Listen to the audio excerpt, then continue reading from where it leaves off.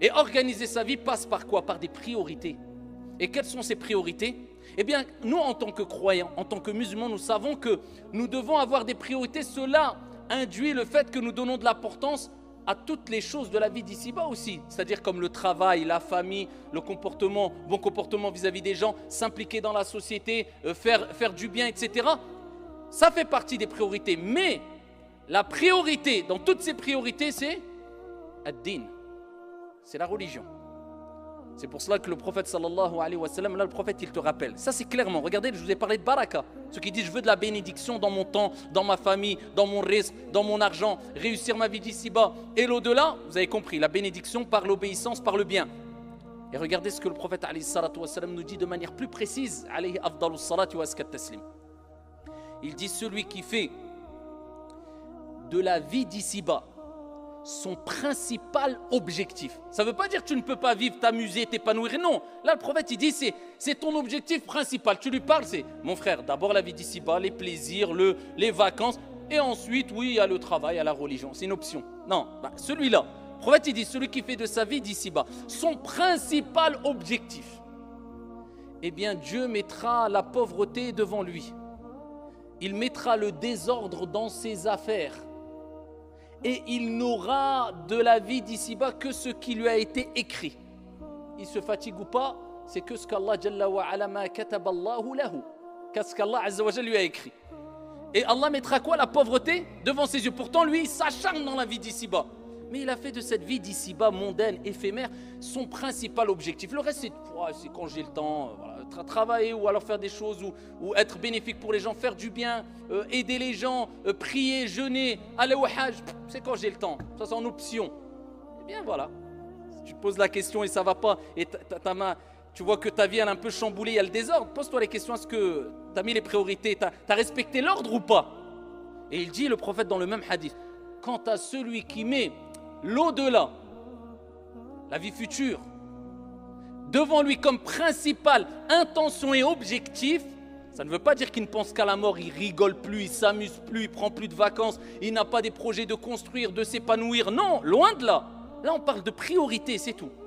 Celui qui met l'au-delà comme priorité, eh bien, Allah subhanahu wa ta'ala mettra de l'ordre dans toutes ses affaires. Voilà, t'as mis comme priorité l'au-delà, Allah il s'occupe de toutes tes affaires de dunya. Eh bien, il y a une baraka, une bénédiction qui que quand tu te retournes vers cette option de toute ce qui a relation avec cette vie d'ici-bas, tu vois que tout marche bien, tout fonctionne, tout avance. La baraka, qu'Allah nous accorde une bénédiction dans nos vies, dans nos santé, dans nos demeures, dans tout.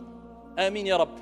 Eh bien, cette baraka, elle vient comment? Celui qui fait de l'au-delà son principal objectif. Et il dit, Allah subhanahu wa ta'ala va remplir son cœur de contentement. Il sera sa'id, joyeux, heureux, subhanallah. C'est ça la vraie richesse. La vraie richesse, c'est rinal qalb, c'est la richesse du cœur. Il est mutma'in, il est apaisé. Et il dit, la vie d'ici-bas viendra à lui contrainte.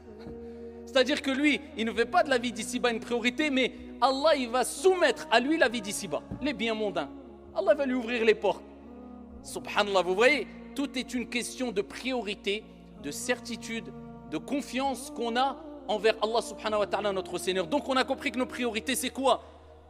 Eh bien c'est la salat, c'est la prière, c'est le jeûne, c'est le hajj, c'est l'umrah, c'est le siyam, c'est zakat, c'est faire le bien, c'est aider les pauvres. At'imu ta'am, tadkhulul jannata bisalam, nourrissez les gens de manière générale, vous rentrerez au paradis en paix. C'est de donner une bonne image, d'avoir le sourire. C'est une sadaqa, rencontrer ton frère avec un visage radieux, comme qala alayhi salatu wassalam. C'est de faire ce bien-là. Et bien ça, c'est ta priorité dans ta vie. Et bien sûr, sans aucun excès, sans aucun non. Parce que Dieu ne t'a pas dit de rester enfermé dans la mosquée, comme vous le savez toutes et tous. J'ai déjà cité le Athar avec Omar ibn al-Khattab, quand il est rentré dans une heure creuse à la mosquée entre le Fajr et le Dhuhr. Il a vu un jeune dans la mosquée, il a dit à Foulan, qu'est-ce que tu fais là, t'es qui? Il dit voilà, je suis un tel. Il dit comment tu vis? Qui travaille pour toi? Il dit c'est mon frère. Il dit ton frère est meilleur que toi, sors de la mosquée. Dans une version, il lui a dit de sortir de la mosquée. Dans une version, il s'est arrêté à dire ton frère est meilleur que toi. Pourquoi? Parce que là, la priorité, c'est quoi? C'est de rester toute sa journée enfermé dans une mosquée? Non, c'est d'aller travailler, de se bouger. Donc c'est ça les priorités. Ma relation avec mon Seigneur dans les choses obligatoires. La prière, c'est la prière. Et je sais que c'est à travers ces actes d'adoration qu'Allah va me donner de la baraka, de la bénédiction dans mon temps et dans le reste. Donc c'est pour ça qu'on commence la journée avec quoi? As-salah.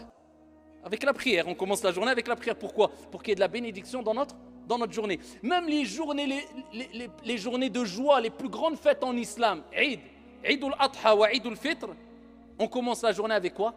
As-salah, salatul Eid.